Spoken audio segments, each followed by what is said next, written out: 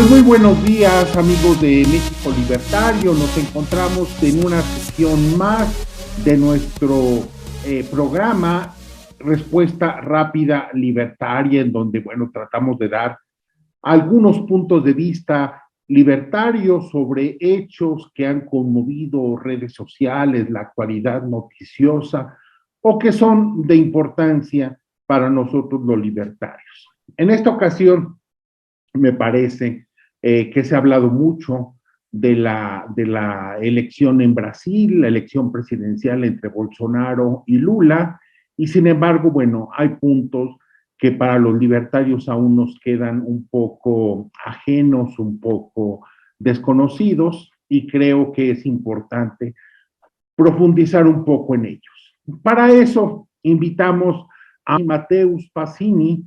Él es brasileño, él se encuentra en Brasil, ahorita nos va a dar algunos datos de él, y bueno, pues él ha vivido en México, en San Luis Potosí en particular. Él es analista, ha trabajado mucho en los temas de publicidad, audiovisual, y además, bueno, pues yo le reconozco un enorme empeño en el trabajo del objetivismo en Brasil. Él dirige Objetivismo Brasil, yo lo conocía allí hace muchos años y me parece que realmente el trabajo que realiza es envidiable y un ejemplo para todas las organizaciones libertarias y objetivistas en América Latina. Mateus, ¿cómo estás? Todo perfecto. Muchas gracias, Víctor, por la invitación y por la introducción.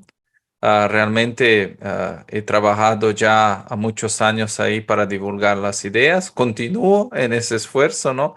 Creo que nunca se puede parar de trabajar y divulgar las buenas ideas porque es lo correcto hacer.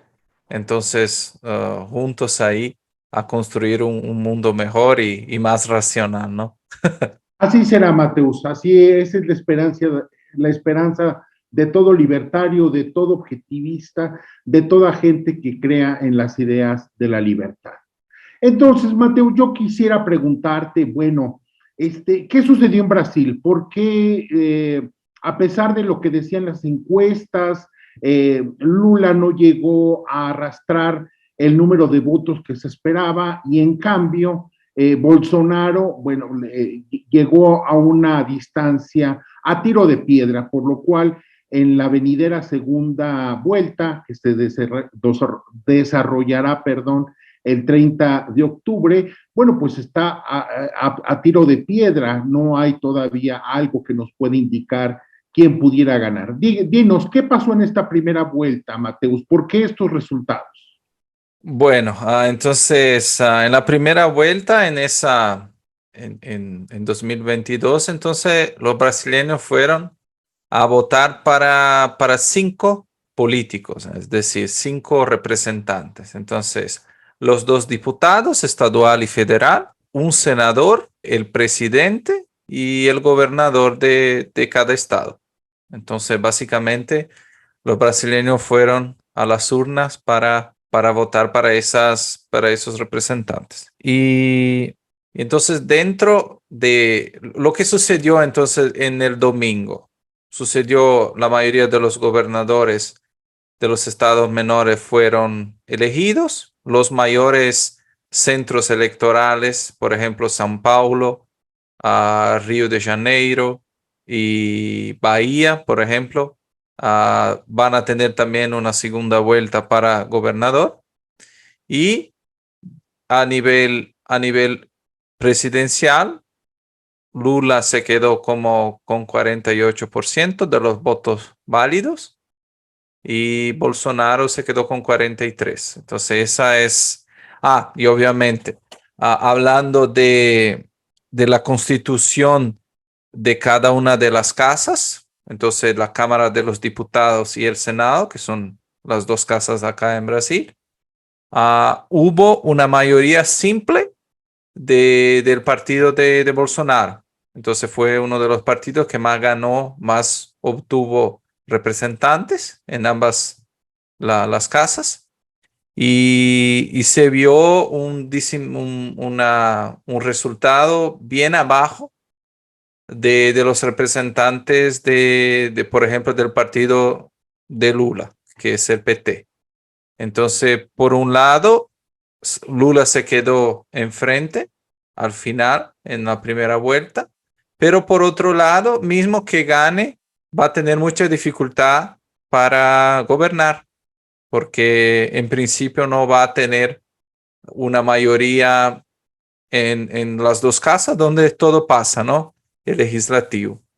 Entonces, básicamente eso que sucedió y algo que tú comentabas sobre las encuestas, que realmente las encuestas tuvieron gravísimos problemas y retrataron una diferencia muy grande, más de 10%, a veces 15% entre Bolsonaro y Lula, que supuestamente sucedería, ¿no? Como resultado de la primera vuelta. Y entonces hoy día, por ejemplo, en esa semana hay mucha discusión, ¿no? Sobre la validad de las encuestas, porque al final del día esas encuestas influencian en los resultados, ¿no? Porque influencian los indecisos, la persona que al final decide no votar. Entonces, hay una discusión en ese momento también en ese sentido más, una discusión más teórica, ¿no? Y mientras tanto, obviamente, está ahora sucediendo a ver quién apoya a quién, ¿no? De los gobernadores, de los partidos que perdieron, ¿no? Que perdieron el voto. Y vamos a ver lo que sucede. Realmente la diferencia se quedó en más o menos 5 millones de votos, en todo, totalizando todo el Brasil. Y entonces ahora empezó como la segunda vuelta, toda la campaña electoral que va a tener su decisión a fines de octubre. Así es, Mateus. Además, muchos electores quieren ganar, quieren votar por el ganador. Es una cuestión un Sí. poco rara. Entonces se dejan influenciar mucho por las encuestas electorales, no solamente los indecisos, sino ese sentimiento de los electores por algún motivo que los psicólogos sociales explican mejor que yo. Ahora bien, Mateus, ninguno de los dos, en caso de ganar Bolsonaro o Lula, la van a tener fácil, obviamente. No. Pero obviamente, quien la va a tener mucho más difícil es Lula, porque sí está en una franca minoría en el Congreso, y en caso de perder Bolsonaro, podría optar en 4 años a la presidencia. Es ciertas este par de apreciaciones que yo he escuchado con mucha frecuencia, las dificultades de un posible triunfo de Lula y la estrella ascendente que podría todavía tener Bolsonaro, chances electorales a futuro. No, está correcto realmente. Lo que se puede ver, especialmente en el caso del partido de Lula, es que es un partido, las personas que hoy ocupan los cargos, que fueron elegidos, son personas con en promedio de más de 40 años. Entonces, ¿qué quiere decir? Que el propio partido de Lula está como más viejo, mayor en relación a sus representantes. Es decir, no hay una renovación. El partido en sí está muriendo con el tiempo. Puede tener más algunos años de vida útil, pero el partido en sí ya está muy avanzado en su, en su camino. Y el propio Lula, que es el principal representante, ahora también ya ha pasado de los 70 años y probablemente va a ser su última tentativa de presidencia, ¿no? Después probablemente no hay indicativos que va a intentar nuevamente caso pierda, ¿no? Entonces, realmente todo eso significa que Lula se está enfraqueciendo en diversos aspectos. Por más que gane, al final va a tener muchas dificultades, no solamente por la cuestión numérica, pero porque el mensaje, el significado que él tenía, en principio ya se está enfraqueciendo mucho. Entonces, va a ser realmente muy difícil si gana. Ya Bolsonaro realmente demostró una fuerza que se puede decir quizá que haya empezado una nueva ola llamada bolsonarismo, como si fuera una nueva, como aún hay, por más que enfraquecido, un lulismo.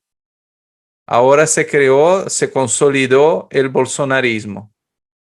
Y entonces creo que esa perspectiva va a tener fuerza por muchos años, por más que pueda perder esa elección.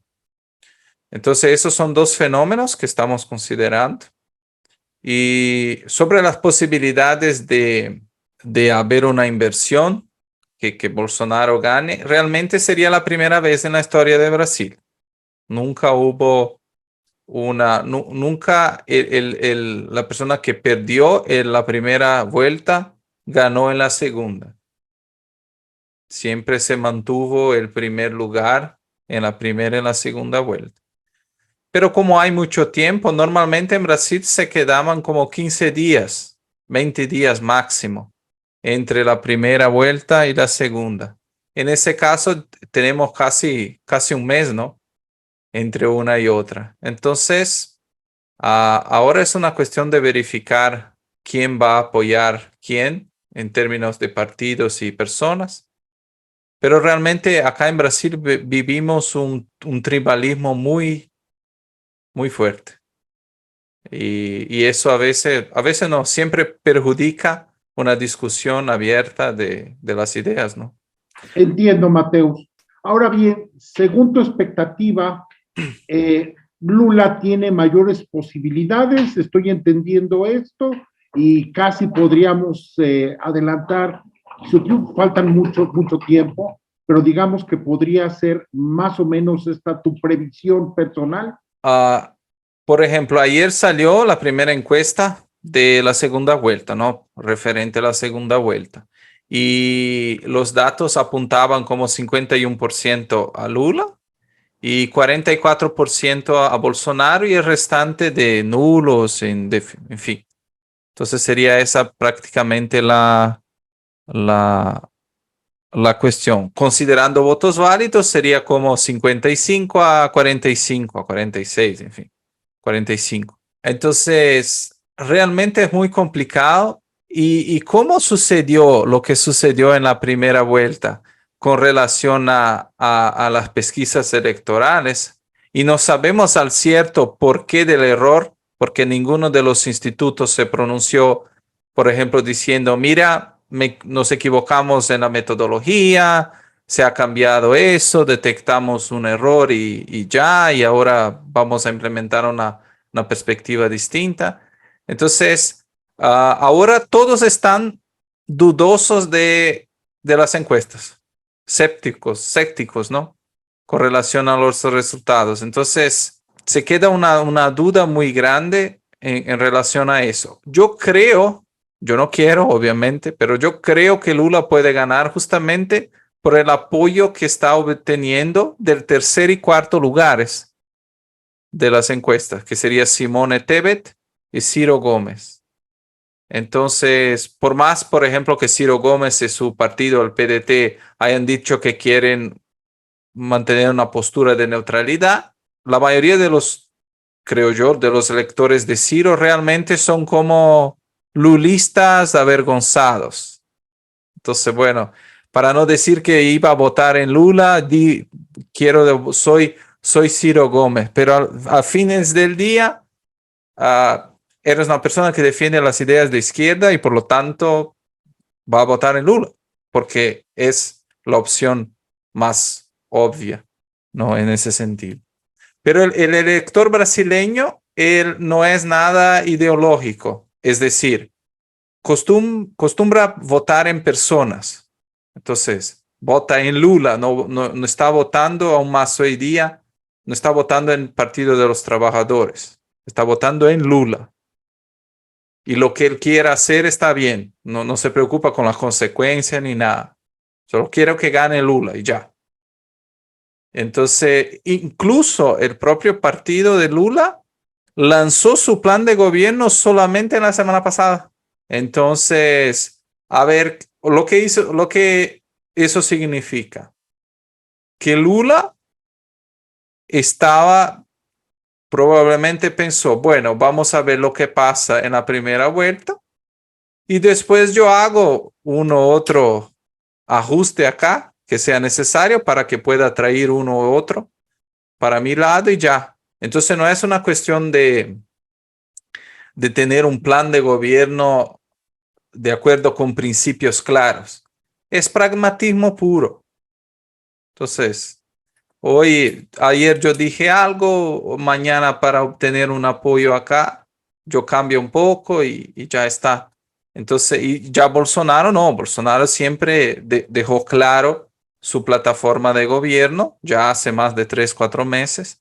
Entonces la persona, por ejemplo, podría tener una idea de lo que piensa.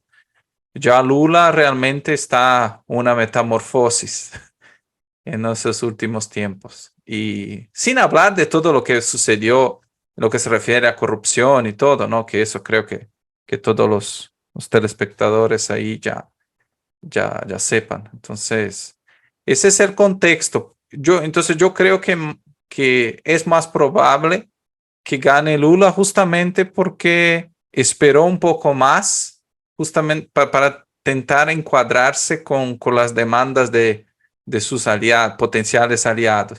Ya Bolsonaro ahora me parece que está empezando ahora mismo a buscar aliados, ¿no?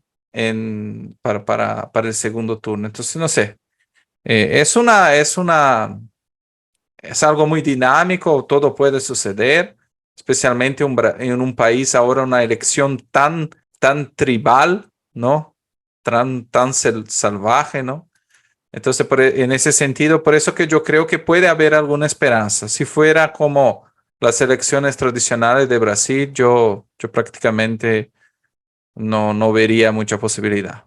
Entiendo, muchas gracias, Mateus. Ahora bien, Mateus, yo quisiera que nos dejaras claro para el público mexicano e iberoamericano que sigue estas transmisiones, bueno, ¿cómo es posible que Lula sea ahora un candidato presidencial viable y ya esté nuevamente a punto de ganar la presidencia después de que estuvo preso?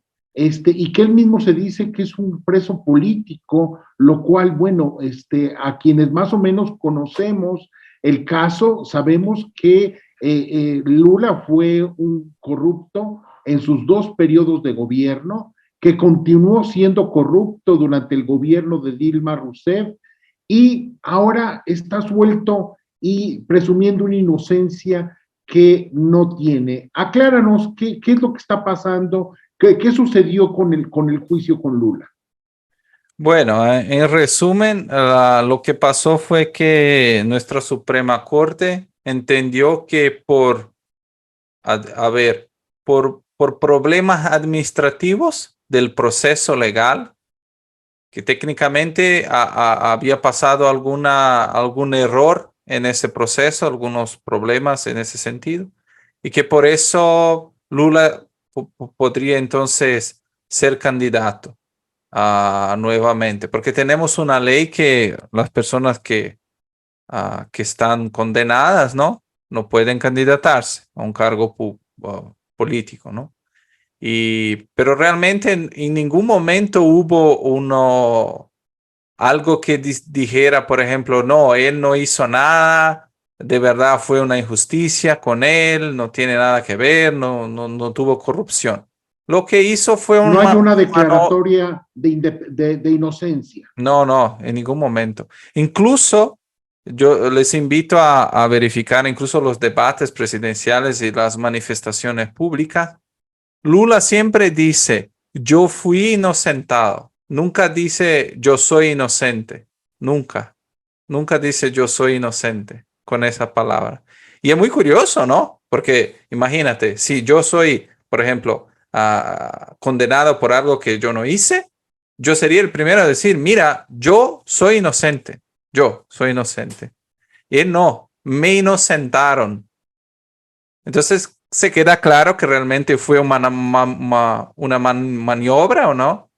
Para que él pudiera concorrer nuevamente. Pero, claro, el marketing que se hace por detrás es que realmente fue perdonado, que no hizo nada malo, en fin. Pero esa no es la verdad. La verdad que sí, no hubo ningún cambio en las condenaciones. Se quedó todo igual. Y por un problema administrativo, procesual, se convencionó que él no tenía más por qué estar en la cárcel, condenado, en fin. Es una cosa es una aberración, es incluso difícil de explicar. Pero en resumen es eso, es un problema administrativo, procesual, y que eso de alguna manera milagrosa lo inocenta y ya. Y aquí estamos nosotros hablando de Lula en las elecciones. Pues sí, Mateus, así Pero es. claro, se verifica que muchas personas se dieron cuenta, ¿no?, de la narrativa. Incluso en la izquierda. Muchas personas de izquierda hoy no votan en Lula. Obviamente no van a votar en Bolsonaro, pero difícilmente van a votar en Lula. Y otra cosa que cambia de la primera para la segunda vuelta es que muchas personas, especialmente el público que normalmente vota en PT, son personas que son muy llevadas a votar por los candidatos estaduales y federales, los diputados, ¿no? Entonces aquel contacto de ciudad, ¿no? Por ejemplo, yo soy amigo de Víctor, vamos a votar porque yo soy candidato y todo más. Y ese tipo de cosas no pasa en la segunda vuelta, porque entonces tú no tienes más el vínculo familiar, el vínculo próximo con el candidato. Entonces el presidente, yo no sé, no conozco Lula, no conozco Bolsonaro, a mí me da igual, quizá ni voy a votar. Entonces probablemente los votos del PT van a caer un poco por el perfil de público que normalmente vota para él. Eso hablando históricamente, ¿no? Entonces puede ser que cambie, pero históricamente hablando, realmente hay esa tendencia de haber más votos en el primer turno general do que en el segundo. Entonces eso quizá podría incluso equilibrar un poco las cosas. Porque el elector de Bolsonaro hoy, él va de todas las maneras a votar. No importa si ya se acabó los diputados y todo. Él quiere votar en Bolsonaro. Y no se ve tanta fuerza así en las personas que votan para Lula. Entonces, no sé. Realmente son cosas, hay que también, de mi parte, siempre buscar ser racional y a ver lo que pasa, pero realmente se ve muy complicado y va a tener que surgir acá en Brasil se llama un fato nuevo, ¿no? Algo que quizá cambie, genere alguno cambio sustancial, ¿no?, en la perspectiva de las personas, pero no sé, realmente es una incógnita. Bueno, pues vamos a ver qué sucede ya en unas semanas. Mateus, yo tengo dos preguntas ya para finalizar nuestro programa. La primera, yo quiero que me aclares qué sucedió con los libertarios. Para nosotros, siendo una organización libertaria, que estamos además interesados en los temas partidistas, bueno, pues es muy interesante saber, después de haber sido una gran esperanza, los libertarios brasileños, ahora terminar con el 0.5% en elección presidencial. Seguramente hay candidatos que resultaron electos a nivel estadual, y sus resultados a nivel estadual pueden ser distintos, pero a nivel federal fue realmente una gran decepción. ¿Qué sucedió allí, Mateus? Bueno, acá en Brasil tenemos un partido que se llama Novo, que sería como nuevo en español. Y ese partido entonces hace muchos años fue creado desde una plataforma privada, tenía un dueño, ¿no? Y se creó entonces esa idea de partido con valores liberales en general. Y lo que se vio en 2018 fue un resultado respetable, ¿no?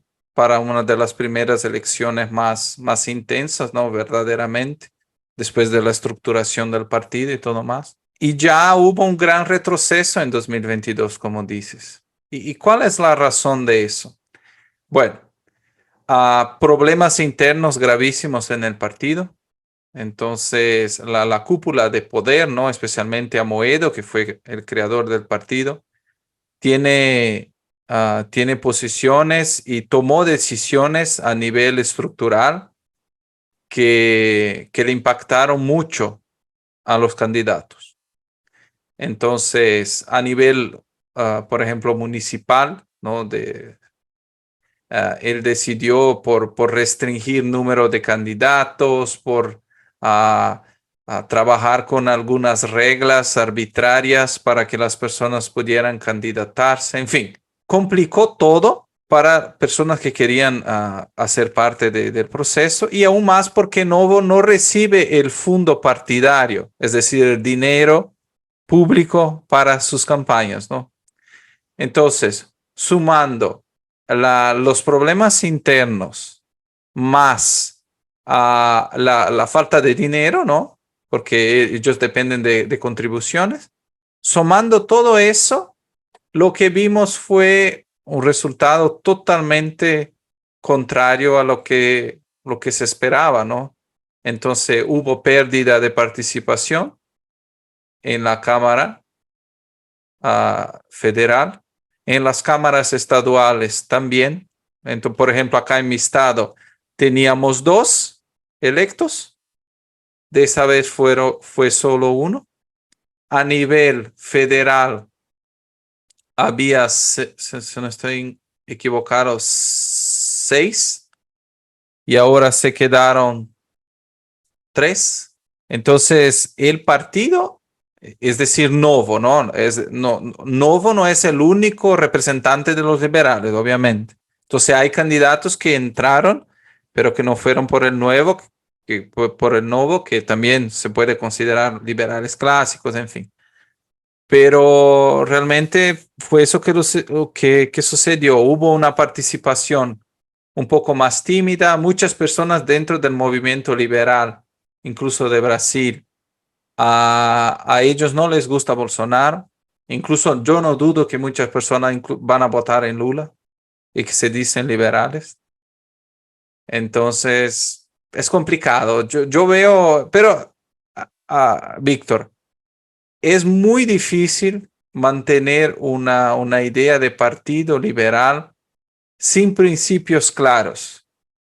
Y desafortunadamente, y yo creo que tú también estás en ese esfuerzo en México, hay que dejar claro cuáles son los principios desde el inicio y no dejar que después se va cambiando la naturaleza del partido con el pasar del tiempo. Hay que ser duro en ese sentido. Porque lo que vemos, por ejemplo, y eso es normal del movimiento libertario, es que se acepta todos los tipos de filosofía. Puede entrar. Piensa que desde la metafísica, la epistemología, la ética, si dice que te gusta la libertad, puede venir. Venga, que será bien recibido. Es una estrategia, pero desde mi perspectiva, especialmente porque hoy día soy mucho más objetivista que libertario, eso a lo largo plazo no funciona. Y además de eso, sumado a eso, problemas de estrategia y falta de dinero, puedes imaginarte que el resultado no sería bueno. Pero de las personas que se eligieron, son buenas personas, hicieron buen trabajo, las personas que están hasta fines del año ahí. Y entonces, ahora luego, después de las elecciones, justamente va a empezar una reflexión muy intensa, como una mea culpa, ¿no? Para entender lo que sucedió y es mucho probable, ¿no? Que van a haber cambios muy fuertes en esas estructuras.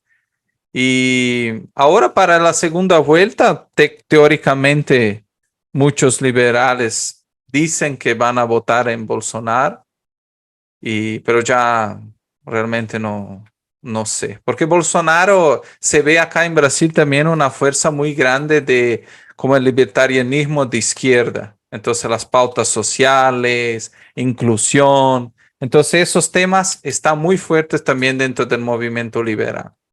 Diferente, obviamente, en sus argumentos de la izquierda, pero que muchas veces se asemeja mucho.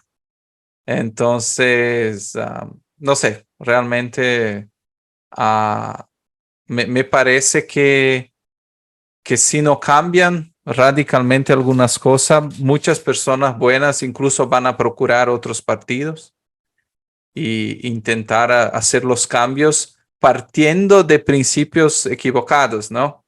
Dentro de partidos que no realmente sinalizan, ¿no? Para las ideas de la libertad, pero que tienen dinero y que quizás puedan ayudar a elegirlos. Entonces, más o menos esa es la perspectiva que se ve. Gracias, Mateus. Hay que darle seguimiento y lo vamos a hacer a esto que nos acabas de decir porque es un tema muy importante para los libertarios. Y nuestra última pregunta, Mateus, como objetivista, ¿qué le podrías tú decir al elector brasileño y por lo tanto también al elector latinoamericano? ¿Qué le tiene que decir el objetivismo en la difícil situación económica, política que actualmente vive nuestra región? ¿Cuáles son estas posibles soluciones que el objetivismo puede aportar en el momento presente? Bueno, la base del objetivismo es la idea de que tú puedes ser independiente, ¿no? Que tienes las herramientas para vivir en la tierra. Incluso una de ellas realmente tener tu independencia financiera, personal, de opinión. Y eso realmente hace falta en Latinoamérica en general. Hoy muchas personas son personas de segunda mano, ¿no? Como Rand diría, que viven de asistencia, que dependen de Lula o de otro populista que les venga a decir que les va a dar dinero. Entonces, ese es un problema ético y de verdad, hoy día ah, no, no hay otra respuesta ética eficiente y liberal que no sea la objetivista. Tuvimos la oportunidad de vivir diversos gobiernos, incluso conservadores, acá en nuestros países. Y la verdad es que la ética judeocristiana se mostró por lo que es ineficiente y que no dice respecto al desarrollo de un ser humano completo e independiente. Entonces, tenemos que, en primer lugar, reflexionar sobre la ética, llevar la filosofía correcta y hacer las personas cuestionar en las cosas, ¿no? Porque lo que se ve, por ejemplo, en el campo político es que no hay una discusión de ideas, no hay una concientización de lo que cada uno de los candidatos, por ejemplo, defiende y cuáles son los impactos de eso en la realidad. Las personas no hablan de eso y tampoco de ética. Entonces, en ese sentido, la solución objetivista sería realmente ayudar a divulgar esa filosofía para más personas. O en última instancia, hay ideas también de la propia creación de un partido político objetivista en el futuro, que entonces teóricamente podría llevar los valores de una manera sistemática, ¿no? De una forma sistemática a todas las áreas. Esa sería también una solución. Entonces, por un lado, un esfuerzo que lleva un poco más de tiempo, ¿no? Que es de la enseñanza de las buenas ideas. Por otro, quizá entrar en la esfera política decididamente con un partido dedicado, pero eso creo que es un poco más difícil justamente porque no tenemos así tantos objetivistas en Latinoamérica para quizás tener un impacto en el corto plazo. Pero en general, estudiar las ideas, sea de Rand, de Mises, de Hayek, tener un buen entendimiento de lo que eso significa en la realidad y luchar. Pero principalmente, Víctor, creo que lo que las personas deben llevar de esa charla que tuvimos y de las reflexiones que hicimos es que preocúpate en ser independiente, en vivir tu vida, en tener un propósito, porque eso realmente creo que es la manera más eficiente de convencer las otras personas a reflexionar sobre tu vida. Porque si miran a ti, que estás, por ejemplo, divulgando las ideas de una determinada filosofía, y ven que tú no tienes valores, que tú no tienes principios, que tú no tienes tu vida independiente, que, en fin, que tú mismo es una contradicción con piernas, entonces difícilmente los otros te van a respetar y tampoco van a querer adoptar sea lo que sea que estás propusiendo. Entonces, creo que la gran revolución empieza con el individuo, cada uno de nosotros que estamos aquí hablando, que van a mirar a la entrevista posteriormente. Creo que ese es mayor desafío, porque no es fácil, ¿no? Se puede decir, oh, no, ese es tranquilo, pero la vida no es fácil. Por eso que necesitamos de una filosofía para justamente poder sermos felices y que esa felicidad también contamine a los otros y que quieran también saber cómo lo hicimos, ¿no? Entonces, prácticamente eso. Cualquier cosa que dice respeto a la política, para mí siempre viene mucho después en la jerarquía de ejecución, ¿no? Entonces, si tienes una metafísica, una epistemología, una ética deficiente, difícilmente vas a votar bien, ¿no? Puede ser que por accidente, ¿no? Pueda elegir bien, pero no tiene las herramientas, no estás aplicando las herramientas en tu proceso decisorio, las herramientas racionales. Entonces, de mi parte, yo voy a votar en Bolsonaro, creo que se quedó claro, porque yo creo, no porque a mí me gusta la persona, pero por un análisis racional de lo que propone, pero invito a todos que están mirando la entrevista que hagan su propio juicio. Los planes de gobierno están ahí disponibles online para quien quiera ver, para mirar la historia, lo que sucedió en los gobiernos de Lula, de Dilma y de Bolsonaro, y que saquen sus decisiones, porque de verdad, por más que nuestro voto individual no va a decidir la elección al final de cuentas, es decir, no va a ser justamente el voto de Mateus que va a dar la victoria a una u otra parte, tu voto es importante porque es una manera de decir, mira, yo vivo en el mundo, yo sé identificar la realidad y por eso voy a votar por ese o por otro candidato. Prácticamente esa creo que sea la mayor lección. Gracias, Mateo. Bueno, si yo fuera brasileño, muy probablemente yo también votaría por Bolsonaro. Yo he sido muy crítico de Bolsonaro desde hace 4 años. Yo he escrito infinidad de artículos en Panam Post y en muchos otros medios en contra de Bolsonaro, pero me queda claro que la degradación que produce un candidato populista de izquierda, y lo estamos viviendo en México, es muchísimo mayor que el daño supuesto que puede hacer un candidato populista de derecha. Es realmente la degradación institucional, humana, económica que puede crear un candidato de izquierda que llega a robar y a que sus seguidores roben. Es realmente increíble y ustedes ya lo vivieron con Lula 8 años y luego con Dilma Rousseff, y nosotros lo estamos viviendo en México en estos 4 años con López Obrador. Exactamente, por una cosa, obviamente, como comentaste, el gobierno de Bolsonaro tuvo diversos problemas. Él está lejos de ser el liberal ejemplar, ¿no?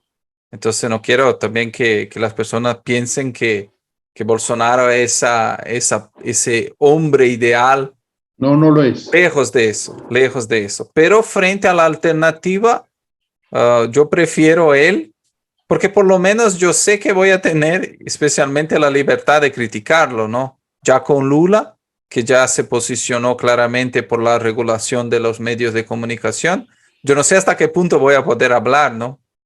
Y aún más con las empresas ahí, Google, Facebook, que también tienen un bies izquierdista. Entonces se quedaría muy complicado hablar y hacer con que tu mensaje llegara a más personas, ¿no? Entonces, evalúe las dos opciones, ¿no? Y saca tu voto. Creo que es importante participar, por más que la democracia tenga sus problemas. Ya que estamos ahí, es importante nos posicionarnos como seres independientes y dejar claro lo que queremos para lo que entendemos que es correcto y lo que queremos para la nación. Porque realmente el impacto de nuestras decisiones ahora son por muchos y muchos años, entonces para nuestros hijos, nietos, en fin. Entonces también hay que tener la responsabilidad por lo que puede, por aquellos que pueden venir, ¿no? Y asumir las responsabilidades por nuestras decisiones. Entonces, creo que esa sea mayor lección. Que así sea, Mateus. Pues mucha suerte, mucho éxito, Mateus. Yo te digo que admiramos profundamente el trabajo que tú vienes realizando en Brasil, en Objetivismo Brasil. Esperemos que sea un ejemplo para todas las organizaciones, no solamente objetivistas, sino libertarias en América Latina. Te agradezco mucho porque nos has dado muchos puntos de reflexión para los libertarios y bueno, pues yo agradezco a los amigos de México Libertario que sigan esta transmisión y que bueno, reflexionemos junto con Mateus y todos los demás sobre los tiempos tan difíciles que se nos vienen y que estamos viviendo también. Pues muchas gracias y que tengan una muy buena tarde. Gracias, Mateus. Gracias, Víctor. Gracias por la invitación y un abrazo a todos mis amigos libertarios mexicanos.